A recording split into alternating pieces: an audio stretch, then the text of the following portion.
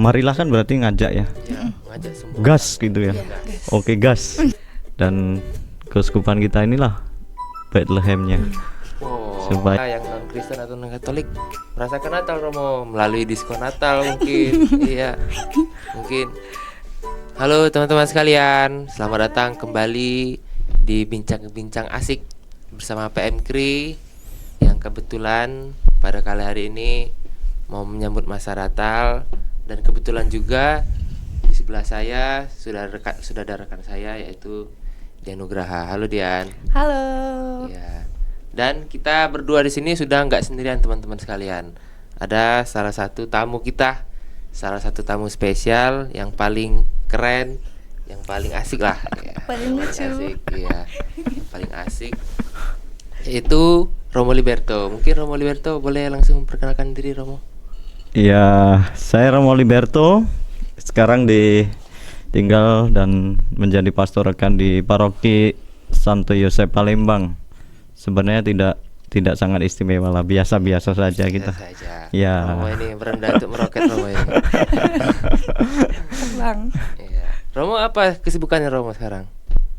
Ya, kita sebagai umat Katolik hari-hari ini kita mempersiapkan hari raya Natal. Tinggal besok kita sudah Malam merayakan Natal. malam Iya, Natal. Jadi tinggal beberapa hari-hari hari ini lagi kita ya. Benar-benar. disibukkan di paroki-paroki. Kita tinggal di paroki ya, pasti persiapan Yang di paroki itu untuk lah. hari raya Natal, ada Benar-benar. pengakuan dosa dan juga ada persiapan-persiapan yang lain. Siap.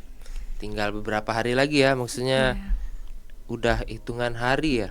Udah satu hari lagi udah masuk tanggal 24. Nah, bahas-bahas masalah Natal Romo, ini kan sudah beberapa hari lagi gitu. Bahkan udah berapa jam lagi, udah berapa hari lagi.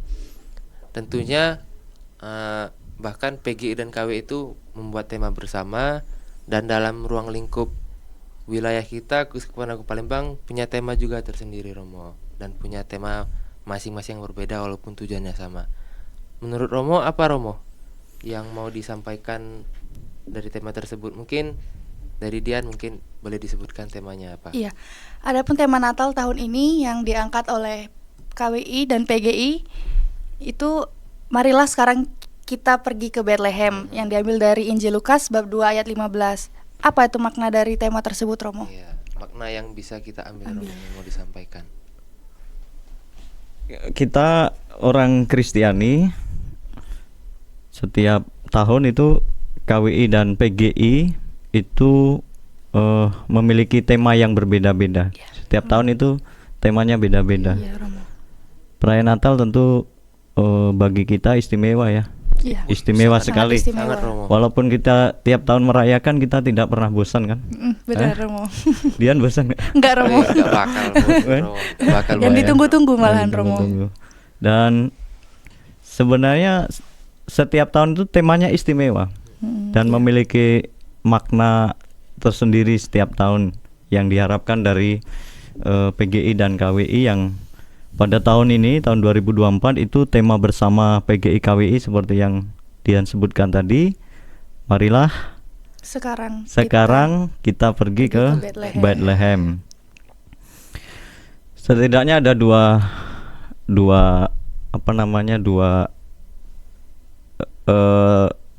makna yang setidaknya saya tangkap. Pertama, yang diajak itu siapa? Marilah kan berarti ngajak ya. Ya, ngajak semua. Gas gitu ya. Iya, gas. Oke, gas.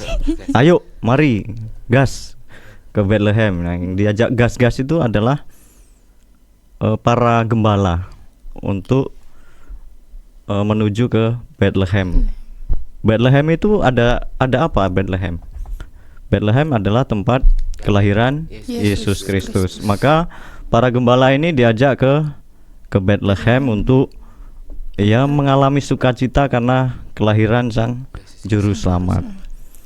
Selain itu, yang diajak pertama kali, yang diberitahu pertama kali itu adalah para gembala, ya. Bukan orang-orang yang hebat lah. Para gembala itu kan orang-orang sederhana, maksud saya bukan orang-orang yang biasa saja, orang-orang biasa lah. Orang-orang sederhana yang mungkin juga tidak diperhitungkan. Maksud saya bukan yang diajak itu bukan orang yang hebat pertama kali justru orang-orang yang sederhana, para gembala ini. Ini mau mengungkapkan juga bahwa Natal ini juga perayaan sukacita itu untuk semua. Jadi untuk orang yang tidak diperhitungkan, untuk orang yang kecil barangkali, yang lemah, yang terpinggirkan. Jadi untuk semua.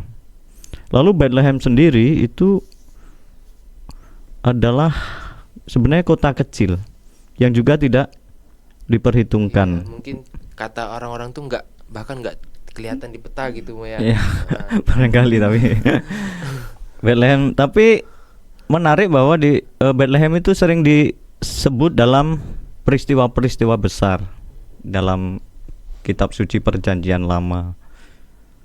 Misalnya kalau kita tahu Rahel, istrinya Yakub, ya, yaitu matinya di Bethlehem.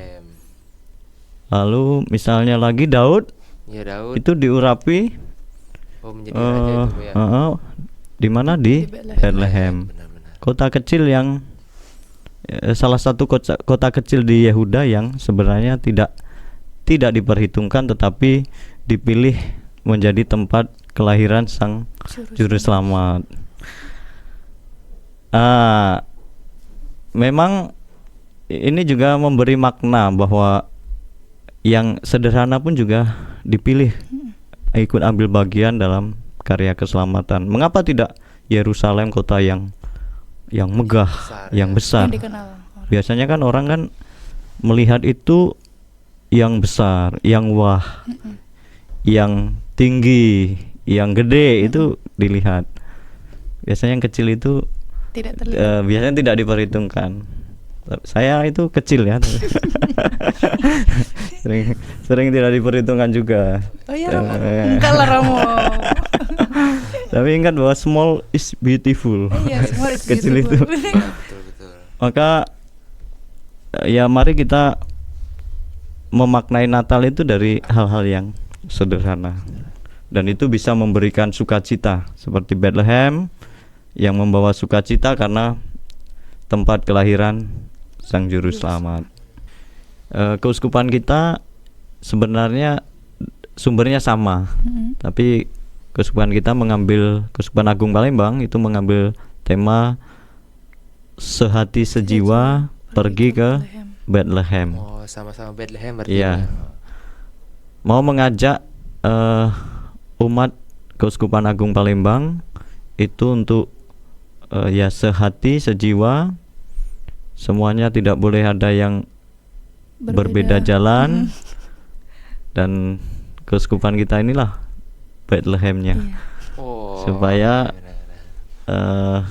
kita ya bagaimana membangun keuskupan ini tidak ada yang berbeda, sama dengan kalau sehati sejiwa itu satu hati, bulat tekad bersama-sama. Jadi tidak ada yang menyimpang, tapi satu jalan kita ke Bethlehem. Seperti kalau anggota tubuh kita itu kan terdiri dari banyak ya, ada mata, ada hidung, tapi digerakkan oleh satu apa? Otak. Jadi supaya tidak ada yang melenceng. Maka itulah kita tubuh Kristus untuk Keuskupan Agung Palembang. Membawa sukacita, membawa berkat, tetapi juga menjadi lebih baik, terutama untuk arah dasar, menghayati arah dasar Keuskupan Agung Palembang di tahun 2025. Kita sehati sejiwa. Nah, Romo kan sudah memberi beberapa makna dari kota Bethlehem, kota yang kecil dipilih Tuhan menjadi tempat kelahiran Yesus Kristus. Tapi kita sebagai umat Kristiani Romo, kita terkhususnya kita sebagai umat Katolik, gimana sih Romo cara kita menghayati perayaan Natal tahun ini, istilahnya cara benernya gimana, atau cara khusus biar benar-benar dapat feel Natalnya gitu Romo? Natal itu perayaan yang kita rayakan setiap setahun sekali. Jadi kita tahun depan kalau masih hidup akan merayakan Natal Natal lagi. lagi. Benar Romo. ya kan? Tapi yang penting bahwa tetap setiap tahun kita perlu memiliki makna tersendiri, dan itu harus mulai dalam diri kita masing-masing, sehingga ya perayaan Natal itu tidak hanya menjadi perayaan ritual, tetapi sungguh memberi makna hidup, makna iman bagi diri kita yang merayakannya. Maka ya menurut saya kita kembali pada tema yang sudah diangkat oleh PGI dan KWI. Marilah sekarang kita pergi ke Bethlehem, dan itu memberikan makna yang seperti yang saya katakan tadi, bahwa sukacita Natal, keselamatan itu untuk kita semua. Dan mari kita mulai dari hal-hal yang sederhana, kita perbaiki sehingga kita menjadi lebih baik. Tidak harus yang langsung yang wah gede, tapi mari kita mulai dari hal-hal kecil, memaknai hidup itu setiap hari. Iya, Romo. Ya, saya ingat kata Romo tadi kan, marilah berarti mengajak semua orang. Gas gitu. Gas. Oke, gas. Baiklah, Oke. berarti Tapi Gas. jangan Romo. ke Ini Bethlehem. mau Natal. Iya. Ya. Tapi uniknya Romo, bahwa yang merasakan Natal ini tidak hanya orang Kristen dan Katolik saja Romo, bahkan orang-orang di sekitar kita yang non Kristen atau non Katolik merasakan Natal Romo melalui diskon Natal mungkin. Iya. Mungkin beberapa harga-harga murah di Indomaret atau baju-baju menjelang Nataru, Iya. Natal dan Tahun Baru. Oke, kita lanjut. Ya nggak apa-apa, itu kalau dapat diskon kan senang juga. Iya, ya. senang Iya. juga, makanya merasakan sukacitanya, Romo. Kalau kita bahagia, kita sukacita kan jangan hanya untuk diri sendiri, Iya, benar. tapi juga bagikan ke harus sesama juga, Romo. dibagikan ke Mantap, sesama. Baiklah, Romo, berarti kita sebagai umat Kristiani ini diajak untuk merenungkan kembali serta merespon seperti para gembala tadi merespon kedatangan Kristus itu. Mereka bergegas pergi ke Bethlehem untuk melihat bayi Yesus Kristus, seperti itu, Romo ya. Ya, jadi ketika disampaikan oleh Malaikat malaikat Tuhan, itu kan, marilah para gembala ini langsung gas. Iya, langsung bergegas kan, Gas. Romo. Gas. Menuju Ke Bethlehem, Bethlehem. gitu kan. Nah, Romo, tapi kan sering sekali sebagai umat Kristen itu ada nih, Romo, tradisi-tradisi seperti berkunjung ke rumah Ada saudara, aksesoris ya. pohon Natal mungkin Ya, ada. Romo. Ada lagu-lagu Natal. Nah, seperti itu, Romo. Menurut Romo, apakah di balik tersebut Mungkin ada sebenarnya maknanya? sah-sah saja Mo ya, tapi apakah mungkin ada pohon Natal ada makna sendiri gitu Romo.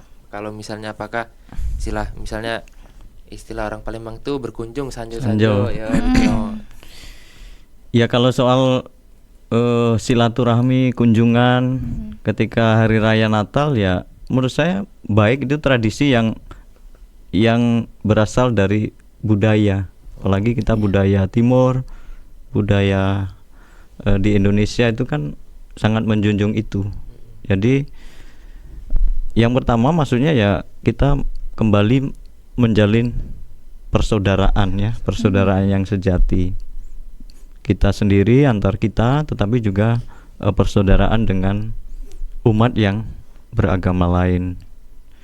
Dan ini silaturahmi, kunjungan, sanjo ini kan hal yang baik untuk membangun persaudaraan. Tetapi juga kita juga ingin di dalamnya itu membagikan sukacita tadi, membagikan kegembiraan Natal, kelahiran Sang Juru Selamat kepada siapapun yang kita jumpai, terutama tentu orang-orang yang kita kenal, yang dekat dengan kita, yang hidup bersama dengan kita.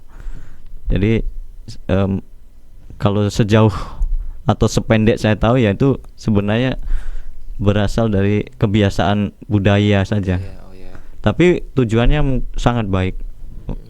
Berarti budaya-budaya begitu cuman ada di Indonesia Mo ya? Ya, Apakah saya maksudnya tidak tahu, di Indonesia pun ada yang merayakan Natal ya di gereja dengan mengucapkan selamat, lalu di rumah tidak ada yang Open house seperti itu. open house. Tapi ada juga yang ramai saling berkunjung. Jadi kan ini artinya kan dilakukan sangat baik, tetapi juga ada yang dilakukannya cukup bertemu di dalam perayaannya. Iya. Tapi bagus ini. Iya. Dan juga ada misalnya tradisi tukar kado, Tukar kado. Tukar kado. memberikan hadiah. Iya. Ya kalau memberikan kado, hadiah itu kan kita sebenarnya memberikan, biasanya orang yang kita merayakan ulang tahun itu kan Kita beri kado. diberikan kado. Tapi sebenarnya ini juga kalau kita lihat ada dalam dasar biblisnya. Kita ingat para majus, Iya, membawa memberi para raja kemenyan. dari timur itu kan juga Iya. datang memberikan persembahan untuk bayi Yesus kan. Yesus. Jadi ingin memberikan persembahan lah, Iya. persembahan yang baik kepada yang punya kehidupan, pemilik kehidupan, yakni Yesus yang telah sudi lahir, menjelma menjadi manusia seperti kita untuk keselamatan kita manusia. Maka kita ingin juga membalas, memberikan yang terbaik. Dan ungkapan itu lewat kado itu. Kalau kemudian ada yang saling memberikan kado, berbagi kado, biasanya ya dilakukan pada malam Natal atau hari raya Natal itu. Berarti pada intinya ya nggak masalah sih, karena itu sebuah budaya ya Mas. Ya. Selagi kita bisa mendapatkan makna kebersamaannya. Tapi juga makna bagaimana memberi itu sendiri, memberikan diri yang terbaik untuk Sesama. Tuhan, untuk sesama. Oke. Iya Romo, ini juga ada yang sering dipertanyakan nih Romo. Banyak teman Dian yang Kristen itu setelah melakukan perayaan Natal itu bahkan dari awal Desember Iya. mereka tuh langsung start perayaan seperti itu Romo. Sedangkan kalau kita di Katolik itu ada tahap-tahapnya Romo. Bahkan kita harus melewati masa-masa Advent. Advent 1, Advent 2, Advent 3, Advent 4. Nah, kira-kira bagaimana itu Iya. menurut Romo?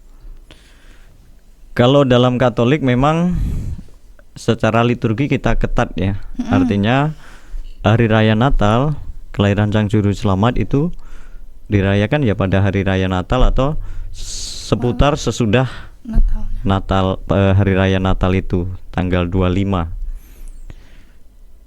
Sekali lagi Gereja Katolik itu ketat secara liturgi ini. Sebelum itu adalah masa Advent tadi. Iya. Ada Advent minggu pertama, Advent minggu Advent kedua, minggu Advent ketiga sampai minggu Advent keempat. Dan ini maknanya bagaimana kita mempersiapkan diri kita, baik jasmani maupun rohani. Jadi persiapan fisik dan batin kita dalam menyambut Sang Juru Selamat. Kalau kita merayakannya sebelum hari raya Natal itu bisa jadi akan mengaburkan masa Advent itu, ya, persiapan yang adalah itu. masa persiapan Iya. untuk menyambut kelahiran Yesus Kristus Sang Juru Selamat. Maka kalau secara liturgi kita tidak akan merayakan Natal sebelum tanggal 25. Berarti benar-benar terkhusus untuk umat Katolik. Umat Iya. Katolik itu punya kayak runtutannya sendiri. Iya. Dari ada Advent 1, mungkin ada artinya sendiri. Ya, 2, 3, kita 4. maknanya adalah masa persiapan itu. Persiapan. Untuk mempersiapkan Kedatangan untuk kelahiran Yesus. Yesus Kristus. Menarik sih, mau keren mau. Kalau misalnya memang ada yang tetap datang untuk memberikan, ya menghargai kita sebagai sesama umat Kristiani, Ya. tapi kalau di Katolik pasti tidak akan merayakan Natal sebelum tanggal 25. Mungkin untuk cuman sebatas datang untuk menghargai saja mau ya. Undangan Ya, seperti itu, Romo. ya kita tentu hidup saling Iyalah, menghormati, iya, benar. menghargai. Iya. Oke. Oh ya, Gitu. mungkin ini sih yang sering mungkin bisa dibilang ribut-ribut di media sosial atau yang sering-sering orang berdebat Romo. Ya. Ini menurut pandangan Romo aja misalnya, gimana cara kita umat Katolik atau umat Kristiani untuk menanggapinya terkait Mungkin ada beberapa orang yang saudara-saudara kita itu yang ya karena beda keyakinan tadi Romo untuk tidak untuk mengucapkan mungkin Selamat Natal. atau begitu Romo, karena mungkin akan mengganggu keyakinan mereka misalnya gitu Romo. Itu menurut Romo ya apakah sudahlah atau gimana, Romo? Ya, kalau menyangkut keyakinan iman pemeluk agama lain non Kristiani ya tentu kita tidak bisa Iya. memaksakan keyakinan kita. Tentu kalau kita senang kalau ya menghargai, senang kalau sesama umat manusia saling menghargai, saling menghormati. Salah satunya bisa memberikan ucapan selamat yang tentu bukan berarti bahwa mereka itu harus mengimani Iya, seperti yang kita imani. Tapi dalam tataran kita hidup bersama tentu baik. Tapi kalau misalnya itu mengganggu soal keimanan, tidak pun juga kita pun juga akan masalah. tentu menghargai pandangan Keputusan atau mereka. sikap mereka. Jadi tidak, ya tentu tidak akan memberikan pengaruh iman kita juga, Iya. bahwa dan juga tidak akan memaksa orang lain untuk juga harus mengucapkan selamat, kan tidak juga. Dan yang penting bahwa kita sebagai umat Kristiani memaknai Natal ini bagi diri kita, memperteguh iman kita, tetapi juga memberikan makna dan itu berbuah dalam hidup. Jadi tidak hanya sekedar merayakan, tapi juga memberikan buah yang baik dalam hidup kita. Kalau Bethlehem itu kan nama pertamanya itu Efrata. Efrata itu artinya berbuah. Jadi mari kita pergi ke Bethlehem, itu mari kita berbuah. Berbuah Mari yang kita- baik. Mari kita mengambil buah. Menghasilkan buah yang baik, Iya. itulah berbuah kan. Secara Ya. makna keren sih Mo, ya. Sebelum kita akhiri Romo, apakah ada pesan khusus yang akan Romo sampaikan kepada Iya. pendengar setia kita Romo? Baik, untuk secara khusus umat Kristiani, baik Kristen Katolik maupun Kristen Protestan, selamat merayakan hari raya Natal 2024 dan tentu nanti selamat memasuki tahun baru 2025. Semoga Natal ini sungguh memberikan makna yang mendalam Amin. Amin. bagi kita, terutama umat Kristiani, untuk berbuah yang baik dalam hidup. Kalau tadi saya mengatakan orang mengapa Bethlehem itu Terpilih. kecil tapi dipilih, lalu justru yang mendapat kabar pertama adalah orang-orang yang gembala. sederhana, Para gembala. karena ini tentu kontras ya dengan pandangan pada umumnya yang melihat yang megah, yang besar, yang tinggi, yang wah gitu. Ini juga mau mengajak kita bagaimana kita beralih dari prinsip to have more, artinya memiliki banyak, You have more. yang banyak, yang megah, yang tadi tinggi, beralih pada prinsip to be more, untuk menjadi lebih baik, Lebih baik lagi. terutama pribadi kita menjadi lebih baik dan menghasilkan buah yang baik dalam hidup. Amin. Semoga Natal ini memberi makna itu ya, kita Amin. bisa menjadi pribadi yang lebih baik, Baik to be lagi. more To be more. dalam hidup. Mungkin dari Dian ada mungkin close statement atau pesan khusus untuk mengakhiri video ini atau selamat Natal. Gimana tuh Dian? Pesan saya, kita bersama-sama harus merespon kedatangan Yesus Kristus ini seperti para gembala, dengan sukacita dan dengan penuh kebahagiaan seperti itu. Selamat Natal semuanya. Ya, mungkin demikianlah bincang-bincang asik kita pada hari ini. Semoga teman-teman pendengar sekalian mendapatkan makna yang menarik, makna yang bagus disimpan dalam hati mungkin ada beberapa perkataan hal yang buruk yang kita keluarkan tadi, ya tidak usah dimasukkan ke dalam hati, mungkin hanya sekedar guyonan atau bersandaan gitu. Jadi sekali lagi untuk teman-teman sekalian yang merayakan Natal, selamat Natal 2024. Selamat Natal. Ya, dan semoga teman-teman dapat memaknai Natal ini dengan baik agar bisa kedepannya bisa lebih baik lagi. Terima kasih, selamat datang dan terima kasih, dan next to bincang-bincang asik selanjutnya. Terima kasih. Bye bye. Terima kasih.